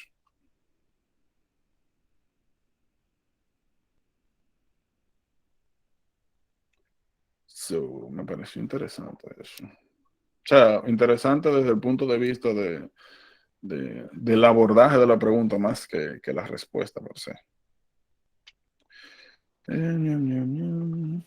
¿Alguna pregunta por aquí? No. Entonces no era ninguna. Sí, claro. Cetoacidosis, por lo que mencioné, a medida que va pasando severe chronic hypoglycemia, eso te indica nuevamente que la persona no ha estado comiendo de manera adecuada. Y te lo están diciendo, que está comiendo poquito. Y la aparición de los cuerpos cetónicos es un indicador de ayuno prolongado. Aparte, hay una cosa, los cuerpos cetónicos, habíamos dicho que son como paquetitos de acetil-CoA que utiliza principalmente el tejido muscular, pero que tenían el problemita de que tienen pH básico, son ácidos. Hay otro detalle. Secundario al consumo de alcohol, ya sabemos que aumentan los niveles de ácido láctico. Estos dos ácidos a nivel renal se eliminan por el mismo sitio. Personas que consumen alcohol, y aquí ya todo el mundo, menos que sabe eso, orinan, causan disminución de la secreción de ADH. Si no secretas ADH, no puedes reabsorber de manera adecuada el agua a nivel renal. Por eso, cada vez que alguien consume alcohol, tiende a orinar un poco más. Entonces, deshidratación, acumulación de ácidos y competencia de eliminación de los ácidos a nivel renal, pues puede precipitar ketoacidosis. O sea, aparte de que los cuerpos cetónicos también tienen una especie de efecto diurético. Cuando se filtran y comienzan a aparecer en orina, arrastran agua. Pero ya eso es otra cosa. Pues sí. ¿Alguna otra pregunta, duda? No. Mira, hablando de antidiurética.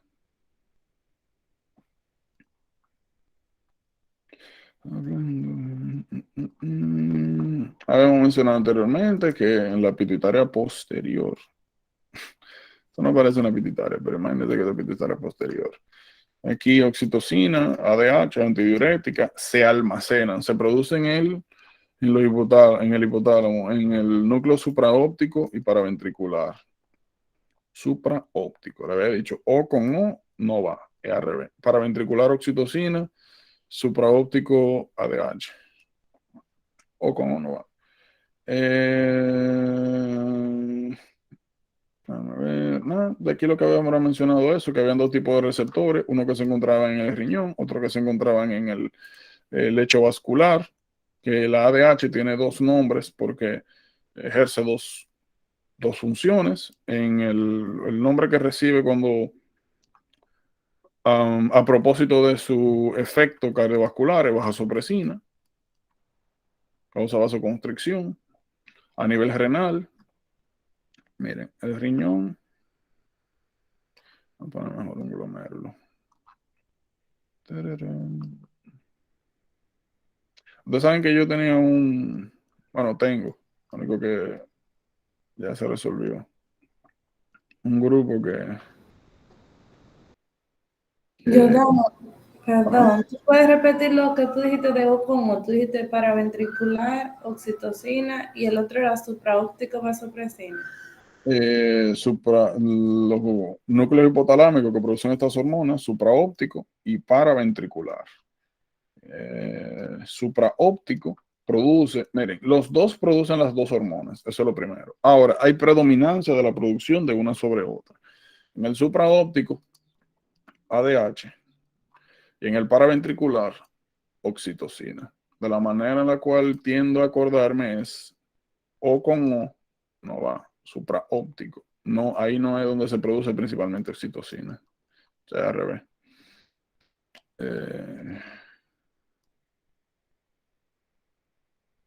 Le decía, a mí me pareció muy interesante eso. No fue una bonita, no fue una bonita experiencia, pero el Fernando está aquí. No, porque Fernando estaba en ese grupo y después se pasó al de la noche.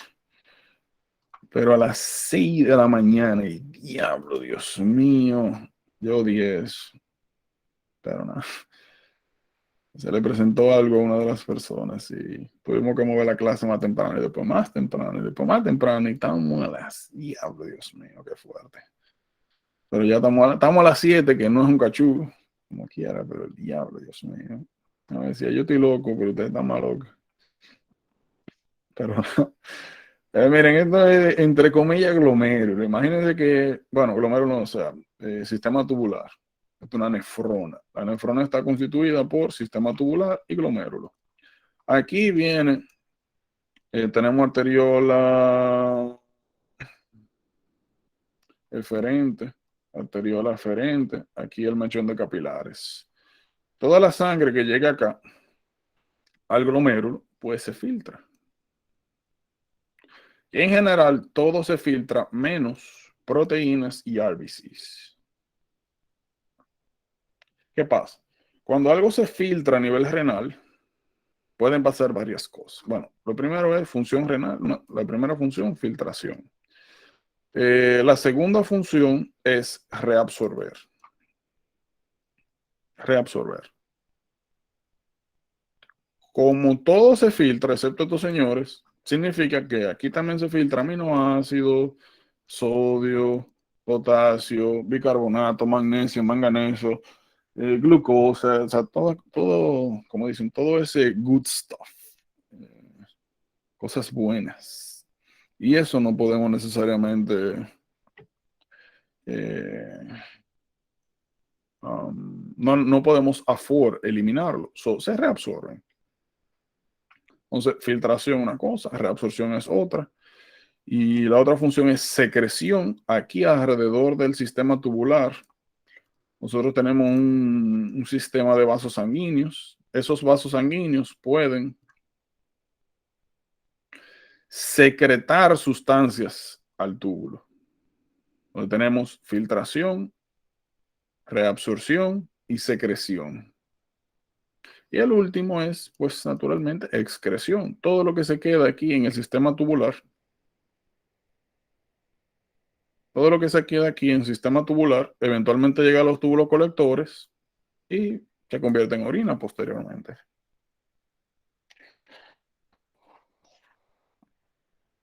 ¿Qué pasa? La ADH o vasopresina, la misma cosa. Aparte de los efectos cardiovasculares que tiene función aquí en los túbulos colectores. Y lo que hace es que promueve la aparición de unos channels, de unos canales. Esos canales se llaman AQP2, aquaporina tipo 2. Aquaporina, poro de agua. Son canales que mueven agua.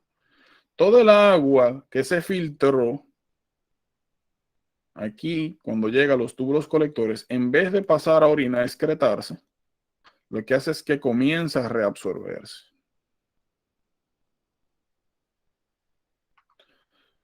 El agua, no vamos a ver la llegada renal, nada de eso, pero el agua, hay dos tipos de agua. Está el agua unida y el agua libre. El agua que se reabsorbe, y unida me refiero a cualquier cosa, a cuerpos cetónicos, glucosa, sodio, iones. Y hay agua nuevamente que está literalmente así, una molécula de H2O. El agua que se reabsorbe por acá es agua libre. Entonces, la vasopresina promueve la reabsorción de agua libre. Y eso es importante, porque nos permite añadir solvente. Bueno, vamos a poner sangre. Sangre tiene solvente y solutos. Y la relación entre estas determina la concentración de todo. Si usted tiene deshidratación, eso es igual a disminuir la cantidad total de solvente y concentrar la cantidad total de solutos, naturalmente. Uno de los efectos, y eso, y este aumento de concentración o hemoconcentración es igual a aumento de osmolaridad.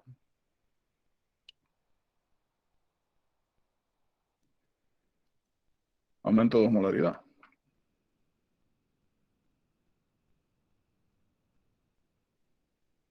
Y dijimos que uno de los estímulos principales para la secreción de ADH es el aumento de osmolaridad plasmática o disminución de la volemia.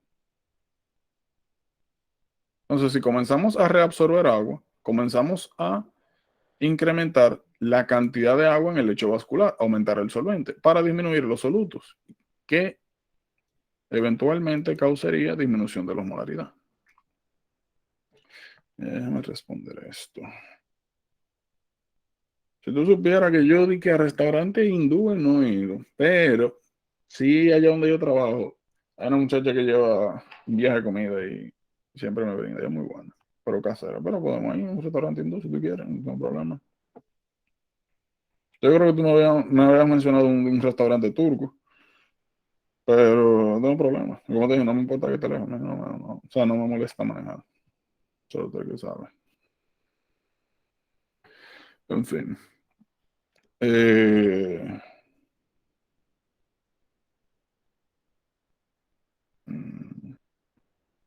O si tú quieres, vamos a los dos, comemos ahorita en el indio y después cenamos en el turco, usted que sabe. Chévere. Ok. ¿Qué iba a hacer con mi vida? Nada, esos son los defectos principales. ¿Alguna duda por acá?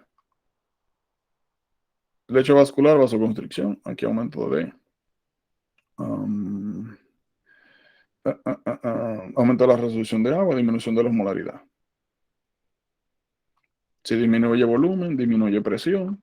Si la ADH se libera por disminución de volumen, causa vasoconstricción, regulando la presión arterial.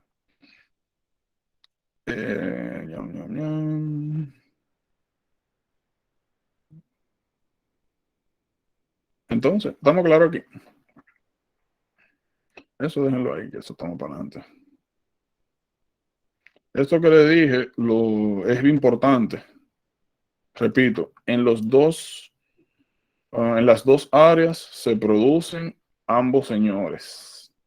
Es sencillamente que hay predominancia. Vamos a decir que aquí se secreta el 60% de toda la ADH. El otro 40% aquí. Y lo mismo, 60-40. En los dos se producen ambos.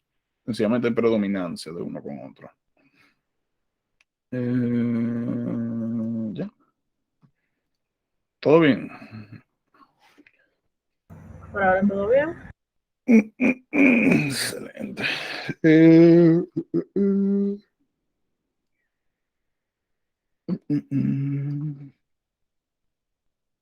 Collecting.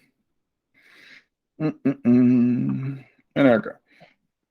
Además, que aquí habían algunas cositas importantes, bueno, varias de hecho, sobre todo porque es el primer lugar donde encontramos que algunos desbalances hormonales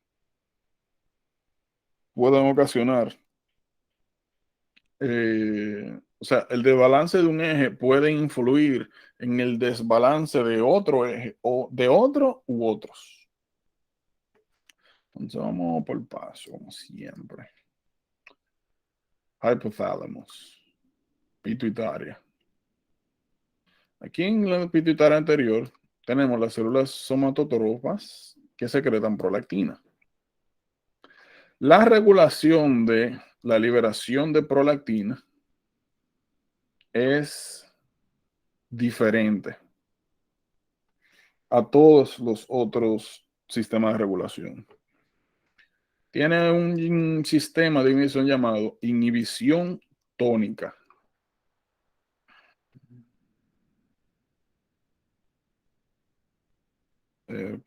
Perdón, que esto tiene que resolverse ahora. Oye, yo no sé, déjate una decisión, pero que sabes. Si al indio, al turco, qué sé yo, no sé. O a los dos, no tengo problema. Pero ya déjame resolver aquí, hablamos ahora. ¿Qué es lo que va a hacer en mi vida? Inhibición tónica. Gracias. Inhibición tónica. Inhibición tónica significa que aquí al conjunto de células lactotropas, que son las que secretan prolactina, constantemente la tenemos que inhibir. Es inhibición tónica. ¿Quién inhibe? Dopamina. Esta es la primera vía dopaminérgica que vamos a ver, la tuberoinfundibular. Hay otras vías que son bien importantes, tanto en neuro como en psiquiatría. Mesolímbica, mesocortical, siendo las más importantes. Y tuberoinfundibular ahora. Y también están los de los ganglios basales, el direct y el indirect pathway, que están asociados a la regulación del movimiento voluntario.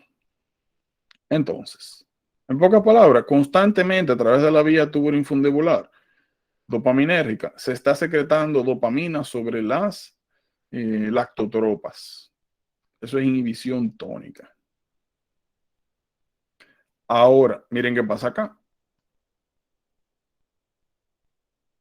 Cuando una mujer escucha un niño o ve o escucha a un niño, esto que ustedes ven acá que le llaman high cortical centers, miren, el sistema nervioso central, CNS, se divide en varias,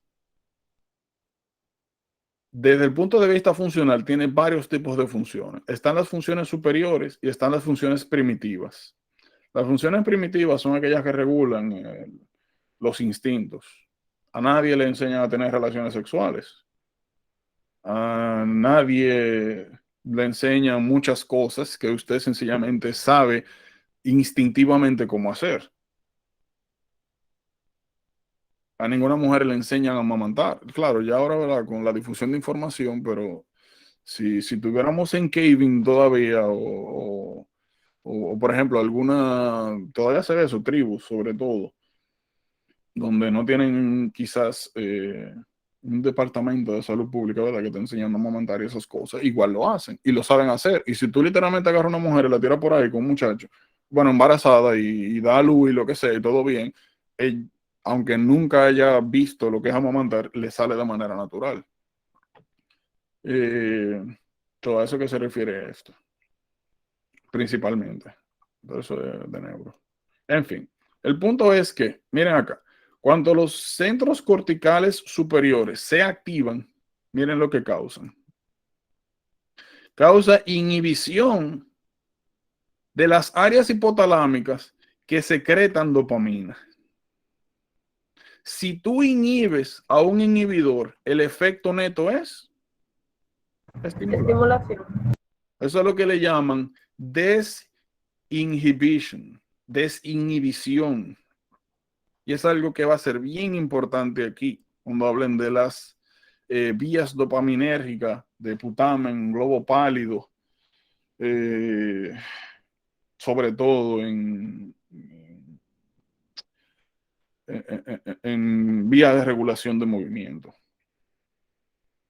Es importante eso. Pasa bastante en el sistema nervioso central. Desinhibition se llama eso. So, si disminuimos la secreción de dopamina, quitamos la inhibición tónica sobre la lactotropa y comienza a liberarse prolactina. Los efectos naturales, fisiológicos que tiene la prolactina es estimular la producción de leche. Ahora, la liberación de leche es oxitocina, que se produce en la hipófisis posterior.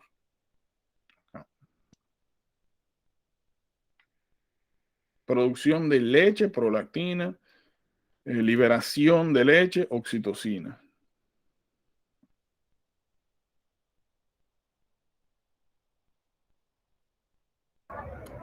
Tú sabes, yo creo que eso de inhibición tónica se relacionaba era como a la farmacología, a los tratamientos. No entiendo. O sea, ¿te refieres a? Dame un segundo. Señora, yo les tengo mucha admiración. Yo no sé cómo ustedes pueden levantarse con bulla. Yo hubiese matado a uno ya, o me hubiesen matado a mí. No puedo tener bulla. ¿Qué es eso? Imagínate. Pero, Yo hablo que yo no me acuerdo exactamente, pero hay unos fármacos que se dan que si tú lo das de manera continua tienen un efecto tal, pero si tú lo das de manera intermitente tienen otro tipo de efecto. Con respecto a las hormonas, o sea, si tú lo das de manera continua te inhiben, pero si lo das de tal manera te estimulan. bueno, pero eso que tú mencionas no se refiere a inhibición tónica. Ese no es el concepto de inhibición tónica. Lo que tú estás mencionando se refiere a un concepto. Es una taquifilaxia. ¿Cómo? Es una taquifilaxia, a lo que se refiere. Eso es otra cosa. Bueno, miren, así hacemos el diferencial. Eso es una pregunta interesante. El concepto que Armelia está mencionando ahora se llama regulación a la baja, down regulation en inglés. Inhibición tónica es lo que mencionamos. Cuando tú tienes un órgano, regularmente es a nivel del sistema nervioso central, que esto pasa exclusivamente, donde tú tienes una neurona o un grupo de neuronas que constantemente está inhibiendo a otra célula o a otra hormona. Perdón, a otra célula general o a otra neurona. Eso es inhibición tónica. Una inhibición constante, una célula que inhibe a otra de manera constante, 24/7. Y esta célula solamente hace algo cuando se quita la inhibición. Eso es inhibición tónica. Taquifilaxia es un concepto farmacológico. No es un concepto fisiológico, es farmacológico. Taquifilaxia lo habíamos mencionado, sobre todo cuando hablamos de Nitratos. Nitratos, exacto, nitratos. Lo que habíamos dicho era que hay algo interesante con los nitratos y es que el efecto general que causan es vasodilatación. Como que si se daban de manera continua. Ok, si se dan exactamente de manera continua, bueno, vamos a ponerlo por paso. Si tú agarras, bueno, a mí, y me das una pastilla de nitroglycerin, lo que va a pasar de manera normal es esto, vasodilatación. Si me vuelves a dar otra pastilla al final del día, no pasa lo mismo, vasodilatación. Ahora, si tú me pones un IV y me infundes de manera continua nitroglycerin, lo inicial que va a pasar en las primeras media hora, 40 minutos, una hora, es que si este era el estado natural de mis vasos, van a causar vasodilatación. Ahora, si es una infusión continua, después de la hora, después de las 2 horas, mis vasos sanguíneos van a volver al estado natural. Va a aumentar la presión arterial. De ahí en adelante, yo puedo aumentar las dosis de nitroglicerina como yo quiera y no vuelve a vasodilatarse ese vaso. De la única manera que la nitroglicerina recobra su efecto es si yo interrumpo la infusión, espero un par de horas y luego vuelvo a infundirla.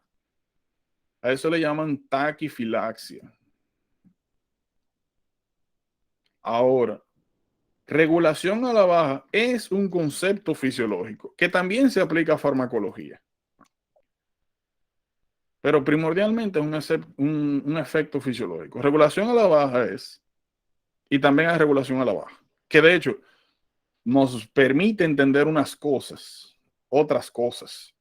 Vamos a poner regulación a la baja, regulación a la alta, para ya abordar los dos. Estos son nuevamente conceptos fisiológicos. Miren, regulación a la baja es que, vamos a poner una célula aquí y otra célula acá.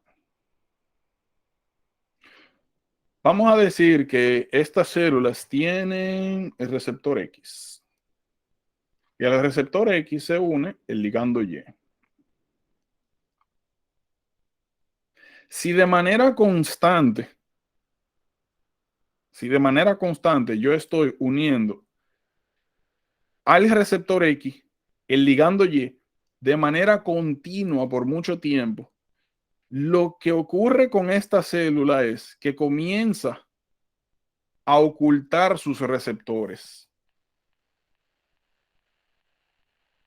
Desaparecen los receptores de Y en la membrana de esta célula, como una manera de controlar la sobreestimulación que ha tenido esa hormona sobre la célula. Un sistema de regulación, eso le llaman regulación a la baja, disminuir la cantidad de receptores o desaparecer los receptores de membrana.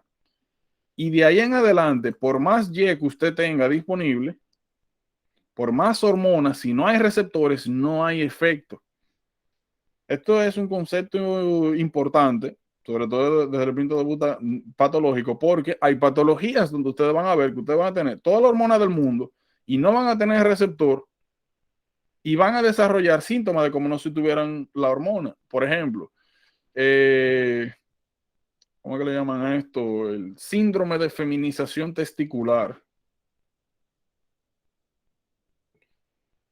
Síndrome de feminización testicular. El síndrome de feminización testicular da porque la persona, el hombre, hereda una mutación en los receptores de testosterona. Por más testosterona que usted tenga, si tú no tienes los receptores, no tienes nada. Lo estoy poniendo aquí, pero no van en la membrana. Son citoplasmáticos. Aquí que están. Pero, ¿verdad? Por ende, tú tienes un niño, XY, que tiene toda la testosterona del mundo, pero no los receptores. Entonces, ¿qué se desarrolla si tú no tienes testosterona? Una niña, fenotípicamente hablando, se desarrolla igual que una niña. Y cuando llegan los 13, cuando llegan los 14, que están todas las niñas teniendo su menstruación y compañía, no le llega. Lo llevan al médico. Examinan el estatus hormonal o testosterona hacia arriba. Examinan los ovarios, o sea, le hacen una sonografía pélvica, examinan los ovarios, examinan el útero y no encuentran ni útero ni ovarios.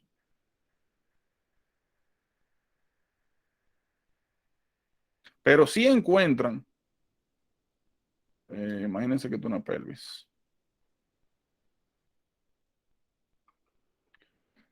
Y que estos son dos piernas. Pero sí encuentran unos bultitos acá. Y sí, fenotípicamente, cuando tú revisas los genitales del paciente, es una niña, tiene una vulva, tiene clítoris, tiene labios mayores, labios menores, tiene un introito vaginal, igualito que el de una mujer. No es de que hay una cosa rara, no. Igual tiene una vulva, tiene una vagina. Y nuevamente tiene unos bulging aquí. Tú dices, ah, mira, podría ser un bilateral inguinal hernia. Excelente. Parece que hay algún cuadro sindrómico acá. Ahora, en la sonografía, como mencioné, no hay útero. Hay una vagina, pero no hay útero aquí arriba, ni hay ovarios. Eso pueden ser dos cosas. Lo que nos interesa, el que nos interesa ahora es cuando se verifica la vagina de manera interna, se ve que esta termina así, en un fondo de saco, en un blind pouch. Y cuando se revisan las masas inguinales, se ve que estos son los testículos. Es un niño que se desarrolla como una niña, que tiene criptorquidia, que nunca descendieron los testículos de manera adecuada. De hecho, a veces ni siquiera es aquí, a veces se quedan al lado de los riñones los testículos. Que tiene una vagina que termina en un fondo de saco, que no hay útero, que no hay ovarios. Y cuando tú lo haces en un cariotipo, sale XY, síndrome de feminización testicular. Como no hay receptores de testosterona, no hay manera de desarrollar, primero, el descent adecuado de los testículos. Y no existe el estímulo hormonal para el desarrollo de los órganos genitales masculinos.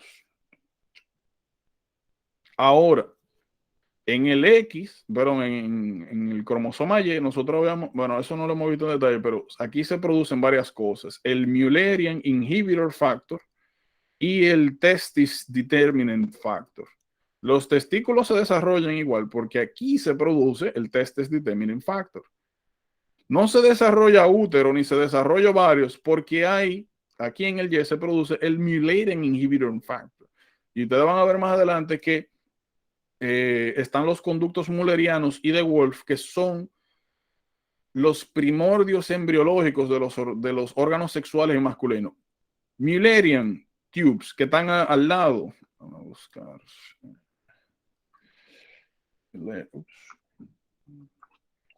Mullerian.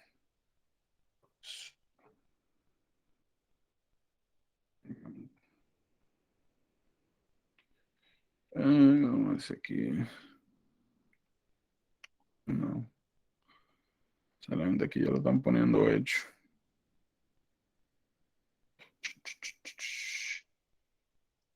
Ah, bueno. Aquí se ve un poquito. Vamos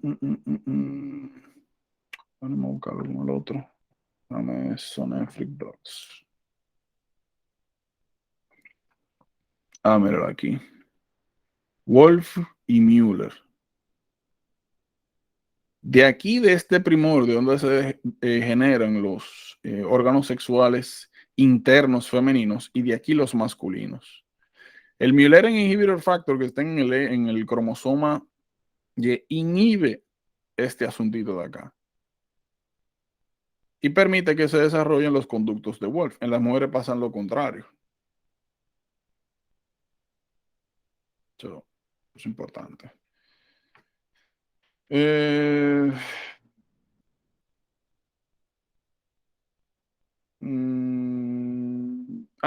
fin.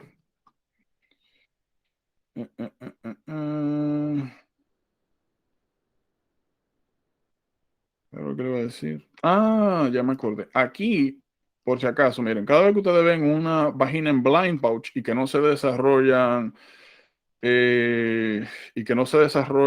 los órganos genitales internos femeninos, pues solamente pueden ser dos cosas. Una, o es síndrome de feminización testicular, o sea, deficiencia de receptores de testosterona, o puede ser una enfermedad que se llama, Dios mío, Mayer-Rokitansky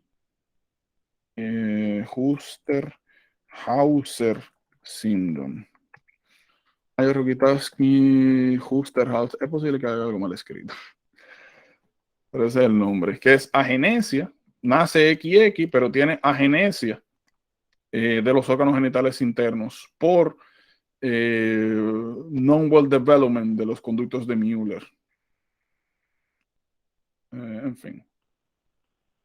¿Dónde era que estábamos? Regulación a la baja. Entonces, eso es regulación a la baja. Quitar receptores. Entonces, eso es regulación a la baja. Bien. Lo otro es regulación a la alta. Regulación a la alta, o en inglés, upregulation, es lo contrario. Tú tienes una célula que por mucho tiempo no es estimulada, no recibe estímulo hormonal. En esas circunstancias, la cantidad de receptores totales en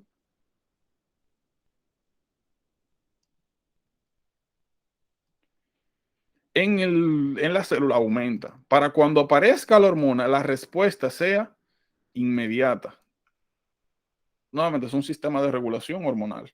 ¿Por qué yo estoy trayendo esto a colación? Porque un poquito más adelante, sobre todo cuando lean fármacos, se va a encontrar con el rebound hypertension de los beta bloqueadores.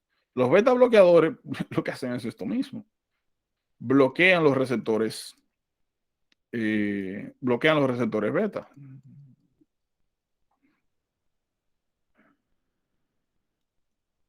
Pero solamente los bloquean, no permiten que se una la hormona, bloquean el proceso de interacción, pero no inhiben los receptores, no hacen nada, se pegan ahí y no permite que el ligando natural se una. Si tú dejas de beberte los beta bloqueadores de manera súbita, todos los receptores que se encuentran disponibles, cuando se quita el bloqueo, por así decirlo, de manera súbita, hay muchos receptores disponibles. Cuando se une el ligando, rebound hypertension. Es bien clásico eso. Y no solamente pasa con esto, pasa con otros. Con otros fármacos. Y es normalmente el proceso que explica esto, regulación a la alta. La pregunta sería, ¿se entiende esto? Inhibición tónica, taquifilaxia y regulación a la baja. Lo otro, lo que mencionabas entonces, Armeli, es esto. Este efecto de regulación a la baja, vamos a poner aquí, de down regulation, se utiliza como, vamos a poner que la célula tiene 1, 2, 3 receptores de manera normal, receptor normal, y vamos a poner 1, y después vamos a poner ninguno. Ok. Entonces, lo que tú mencionas es un concepto que se aplica a algunas terapias farmacológicas. Yo creo que lo había mencionado, el de ADHD, y también se utiliza eso en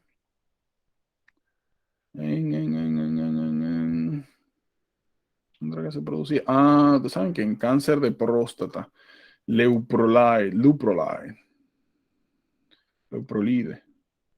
Leuprolide es un análogo de GnRH.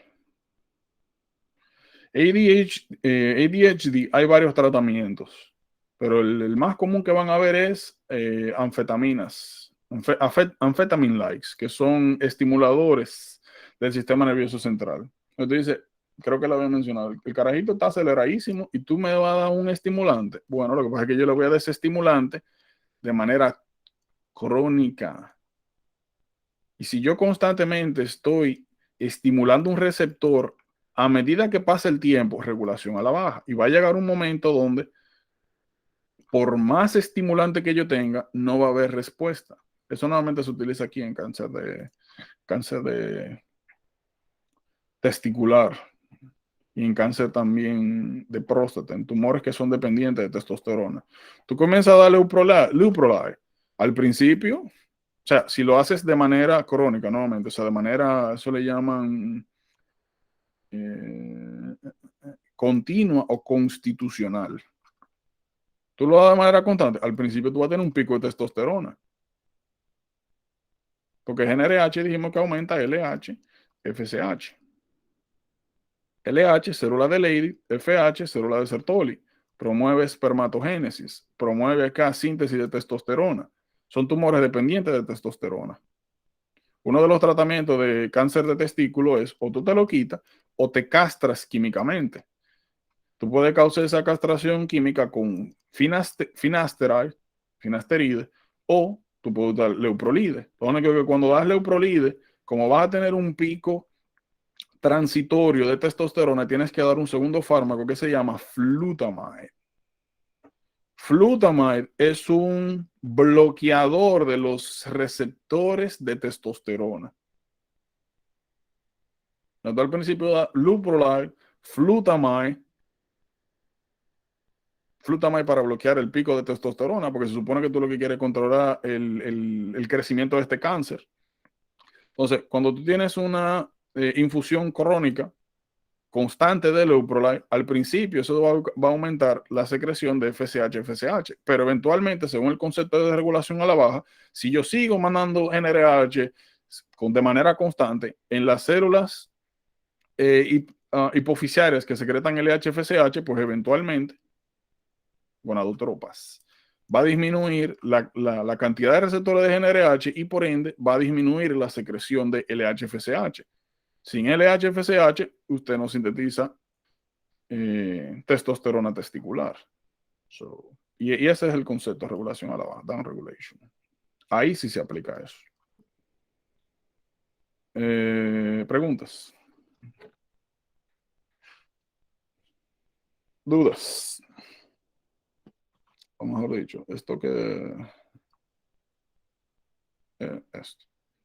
claro. Taquifilaxia, inhibición tónica, down regulation, up regulation. ¿Todo bien? Sí. Todo bien. Excelente. Matito nombre.